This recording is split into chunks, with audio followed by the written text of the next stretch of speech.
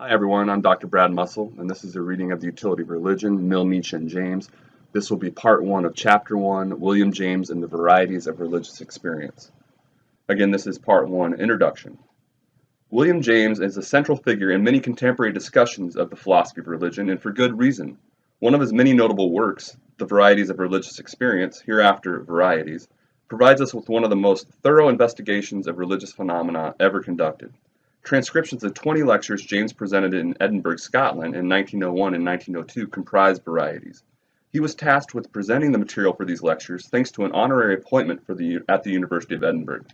James, who is just as much a psychologist as he is a philosopher, offers a penetrating analysis of the psychological nature of religious beliefs in particular, expounding what he takes to be the many effects, both good and bad, of such beliefs for the individuals who subscribe to them. Indeed, James is a psychologist by training, a fact which he alludes to at the very beginning of Varieties, where he suggests that this discipline yields the one vantage point from which he feels he can make fruitful contributions to the topic at hand, asserting, among other things, that, quote, psychology is the only branch of learning in which I am particularly versed, end quote. Footnote 475 cites the source. As we shall see, of the three thinkers discussed in this dissertation, James offers by far the most sympathetic perspective of religion's utility. Interestingly, he himself was not especially religious. As Wayne Proudfoot points out, James's quote background provided him with an interest in religion without affiliation with any particular religious community. His was very much a Protestant culture, but he came to the study of religion with neither commitment to nor cultivation in any doctrinal tradition. End quote. Footnote 476 cites the source. While not particularly religious, James is able to appreciate what he takes to be the genuine spiritual and existential value religion holds for others. Perhaps it is for these reasons that James is able to present a generally well-reasoned, even-handed perspective of the utility of religion. The utility of religion is certainly of interest to James, as his emphasis on the practical effects of religion is palpable throughout Varieties, where he offers a robust and fair account of the significant effects, both good and bad, religion has in everyday life. Of course, such an emphasis on the practical effects of religion should not come as a surprise to those familiar with James, as it would seem to be an obvious byproduct of the pragmatism he is known for championing.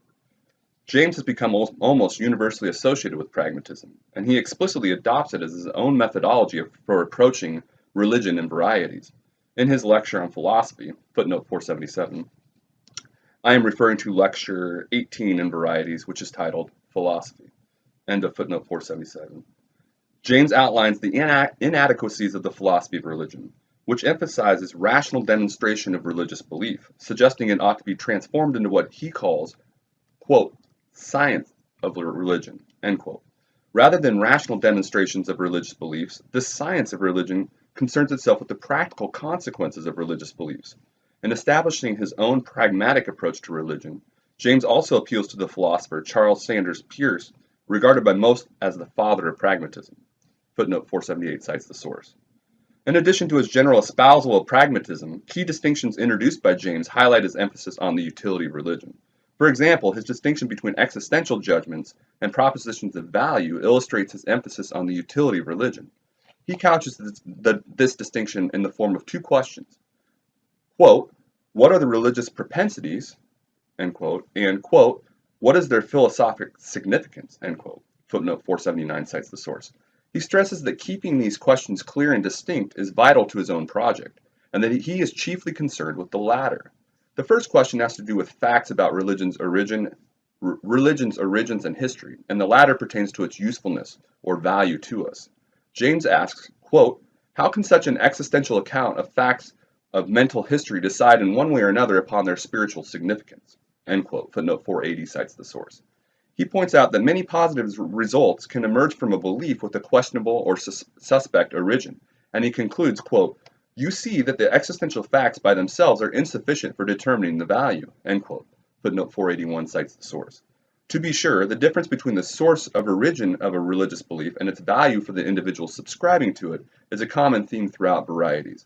James also suggests that it shouldn't matter whether a religious individual's belief is ultimately inspired by a natural and organic cause or a supernatural one. All that ought to matter are the effects of such belief. Quote, when we think certain states of mind superior to others, he asks us to consider, is it ever because of what we know concerning their organic antecedents? End quote. Footnote 482 cites the source. James answers with an emphatic no, and claims instead that we believe they are superior for one of two reasons. Either, quote, we take an immediate delight in them, or else it is because we believe them to bring us good consequential fruits for life. End quote. Footnote 483 cites the source. James's emphasis on the utility of religion, as opposed to its underlying cause, is encapsulated by the empirical criterion he defends. Quote, by their fruits ye shall know them, not by their roots. End quote. Footnote 484 cites the source. Clearly, given the nature of his analysis and his own points of emphasis, James's reflections are germane to my assessment of the utility of religion. Much of Varieties, especially the first half of the book, consists of James describing the phenomenon of religion and detailing its multifarious types. For the most part, extended discussions about religion's utility don't appear until the second half of the book, and even then extensive description and case studies are interspersed. Indeed, in Varieties, James spends significant time explicating what he means to indicate by religion, as well as describing the varieties of religious experience arising out of such a conception. What's more, I think that due consideration of James's description of what he takes to be religious phenomena is vitally important when analyzing what he says regarding religion's utility. As we shall see later, this is no small matter. I will suggest that different conceptions of religion constitute a confounding variable for any survey of what thinkers such as Mill, Nietzsche, and James suggest regarding religion's utility, and that they specifically underlie some of the apparent differences between James's and Nietzsche's perspectives regarding religion's utility.